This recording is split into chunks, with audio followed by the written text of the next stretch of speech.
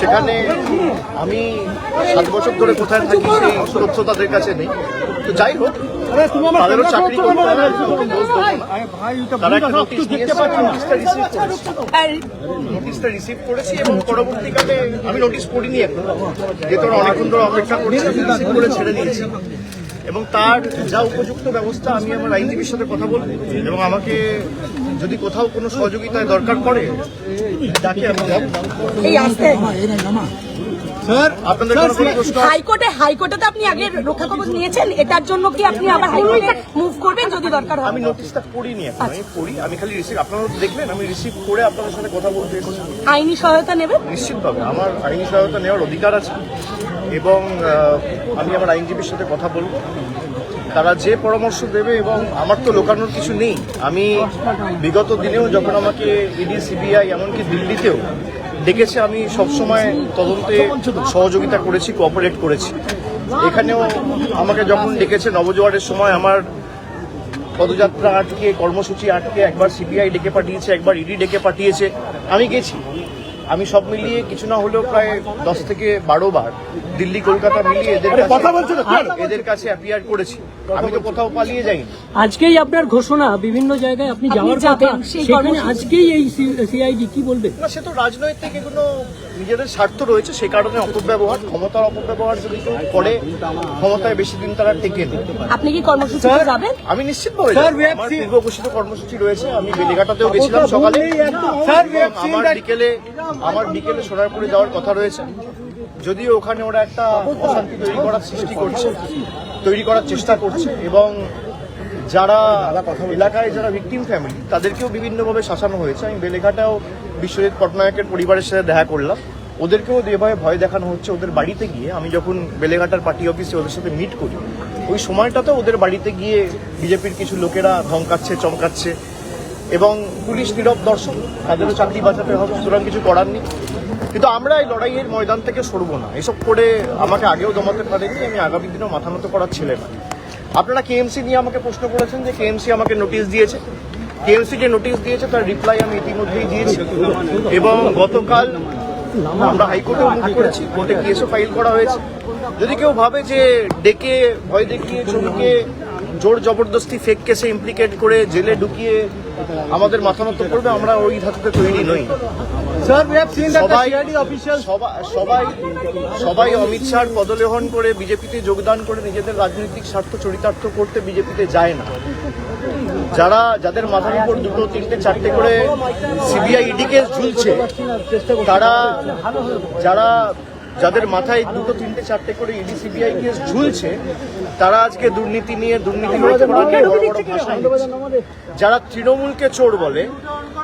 বাংলায় স্বাধীনতার পর প্রফুল্ল সেন, প্রফুল্ল ঘোষ, অজয় মুখোপাধ্যায়, সিদ্ধার্থ শঙ্কর রায়, পরবর্তীকালে সিপিএম জমানায় জ্যোতি বসু, বুদ্ধ ভট্টাচার্য, পরিবর্তনের পালাবদলের পর মমতা ব্যানার্জি সহ কোনো মুখ্যমন্ত্রীকে দোকান কাটার মতো টিভির ক্যামেরার সামনে হাত বার করে টাকা নিতে দেখা যায়। এখন বাংলার যিনি মুখ্যমন্ত্রী, তাকে টিভির পর্দায় নির্লজ্জের মতো দোকান কাটার মতো হাত বাড়িয়ে টাকা নিতে, ঘুষ নিতে দেখা গেছে। এটা আমাদের চোর বলে। মানুষ বোকা নয়, যারা লুটপাট করে ক্ষমতায় এসছে, যেভাবে রাষ্ট্রশক্তিকে ব্যবহার করে অনৈতিকভাবে ক্ষমতায় এসছে, এর বিচার মানুষ আগামী দিন করবে, এই বিশ্বাস আমার জনগণের উপর এবং গণতন্ত্রের উপর আছে। তখন তো উনি তৃণমূলে ছিলেন, এটা উনি দাবি করেন যে তখন উনি তৃণমূলে ছিলেন যখন এই টাকা নিতে দেখা গিয়েছে। তৃণমূলকে নিতে বলেছে, তারা যখন তৃণমূলে ছিলেন তখন এই কথাটা বললেন না কেন? তৃণমূল কি তাকে টাকা নিতে বলেছে? তখন তিনি পার্টি অফিসে বসে নিতেন, তা তো নেননি। যখন তাকে ইডি সিবিআই ডেকেছিল 2018-19 যখন নারদ কাণ্ডের তদন্ত চলছিল, তখন তো তিনি বলেননি। আজকে বিজেপিতে গিয়ে বলছেন, বলছেন তো sir CID officials came in your house sir, क्या बात हुआ सर उनसे? सर हिंदी में उनको एक नोटिस देना था, वो नोटिस मुझे खुद रिसीव करना था, इसलिए वेट कर रहे थे। वो दूसरा जगह गलती से चले गए थे, उनको पता नहीं है मैं कहाँ रहता हूँ। तो मैंने आप लोगों के द्वारा ये बोला कि किसी को अगर नोटिस देना है तो मैं यहाँ हूँ, वो आ जाए और नोटिस दे दे। सर क्या कहेंगे जो নোটিস করিনি, আপনাদের সামনে পুরোটাই ক্যামেরায় রেকর্ডেড। আমি নোটিশটা নিয়েছি, একটা রিসিভিং কপি সই করে ওদের দিয়েছি একটা কপি আমার কাছে রাখা রয়েছে, আমি না বলে আপনাদের সাথে কথা বলছি। আমি পড়িনি, আমাকে যদি ডাকা থাকে আমি আমার যে লয়ার রয়েছে বা আমার যে আইনজীবী রয়েছে তার সাথে কথা বলে আগামী পদক্ষেপ ঠিক করব। আমি বিগত দিনেও আমাকে যখন ইডিসিবিআই ডেকেছিল আমি তো কোথাও পালিয়ে যাই, আমি তো ঘাট বাঁচাতে অন্য রাজনৈতিক দলের সাথে যাইনি। দিল্লির কাছে মাথা নত করার আগে আমাদের মৃত্যু ভালো। আমার বিরুদ্ধে এফআইআর হয়েছে কেন? আমি অমিত শাহর বিরুদ্ধে কথা বলেছি। অমিত শাহ যখন বলছে যে উল্টাপাটকে লটকা দেগা, তখন থানা এফআইআর নেয় না। যখন গর্ত করে ফুটে দেবো তখন কোনো ব্যবস্থা নেওয়া যাবে না, তখন সব চুপ। যখন বিজেপির বিধায়করা বলে চামড়া গুটিয়ে দেবো, অমুক করে দেবো, তাই করে দেবো, রোগড়ে দেবো, অমুক করবো, তাই করবো, তখন কোনো ব্যবস্থা হয় না। আপনি থানায় যান, এফআইআর নেবে না।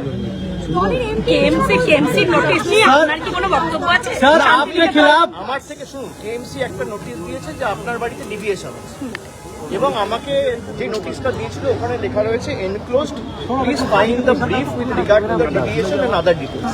কিন্তু কোন রকম কোনো ব্রিফ বা কোনো ডিটেলস আমাকে জমা দেওয়া হয়। আনন্দবাজার একটু নামাবো, পুরো ক্যামেরা এবং যখন তারা নোটিশটা সার্ভ করতে এসেছিল আমার কাছে পুরো সিসিটিভি ফুটেজ রয়েছে যে তারা কোনো ডিভিয়েশন বা ব্রিফ ছাড়া খালি নোটিশটা লাগিয়ে চলে গেছে।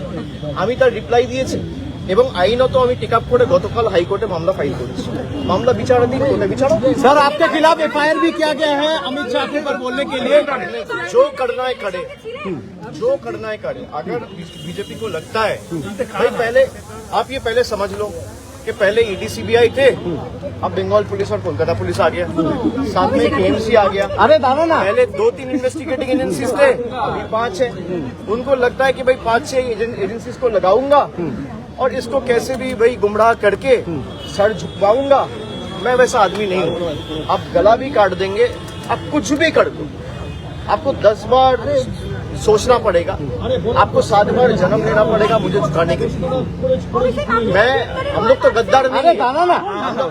আরে ক্ষমতা থাকলে গ্রেফতার করে নিয়ে যান, আপনি কি ভাবেন আমাকে? सर আমি আইনত তো লড়বো, আপনি ফলস কেসে ইমপ্লিকেট করে আমাকে গ্রেফতার করুন, আপনি গ্রেফতার করে নিয়ে যান। সিআইডি আপনার, ইডি আপনার, সিবিআই আপনার, কলকাতা পুলিশ আপনার, ওয়েস্ট বেঙ্গল পুলিশ আপনার, তো নিয়ে যান। আমি তো পালিয়ে যাচ্ছি, আমি এখানে ক্ষমতা।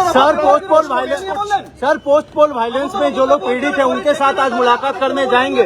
सर क्या अवस्था में अभी है? मैं गया था सुबह, एक परिवार से मिला था, अभी फिर आधे घंटे 1 घंटे में निकलूंगा, दूसरा एक परिवार से मिलने जाऊंगा। सर ये होल्डिंग सेंटर्स के ऊपर क्या कहना है? होल्डिंग सेंटर्स जो सेटअप किया गया है, सर होल्डिंग सेंटर्स के ऊपर, सर होल्डिंग सेंटर्स के ऊपर क्या कहना है? আপনার কানে কানে বলেছে, আপনার কানে কানে বলেছে দল সমষ্টিগত পরিবার, দলে আলোচনা করার সুযোগ রয়েছে। স্যার আলোচনা করছে, দলের ভিতর অনেকে সমালোচনা করছে, আমি পুরোটাকেই স্বাগত জানাই। सर होल्डिंग सेंटर के ऊपर क्या कहना है सर? उसमें देखा कोई रूल फॉलो नहीं करके किया गया।